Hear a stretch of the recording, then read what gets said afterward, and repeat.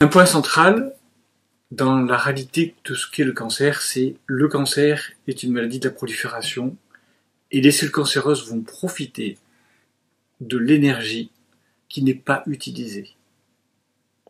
Et là, on comprend pourquoi il faut éviter d'être sédentaire. On comprend pourquoi il faut éviter de trop manger. Pourquoi il faut bouger. Une des solutions va être d'utiliser l'énergie inemployée, va être utilisée par l'activité physique.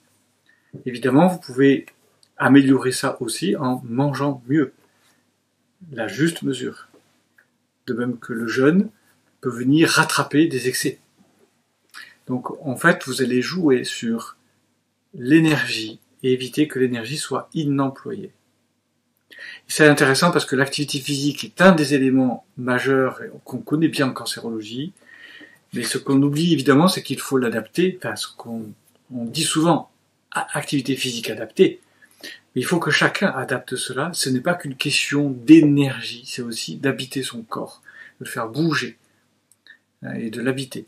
Et en même temps, et avant tout, de faire en sorte que l'énergie soit bien orientée. Et à partir de là, vous allez choisir l'activité physique qui vous correspond.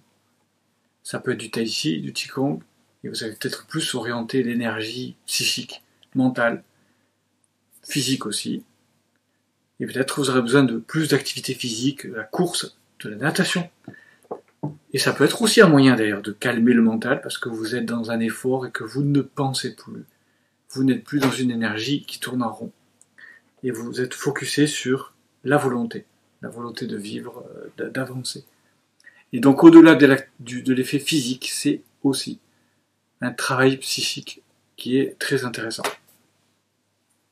Voilà, donc pensez-y, l'activité physique essentielle, on en reparlera dans une autre vidéo.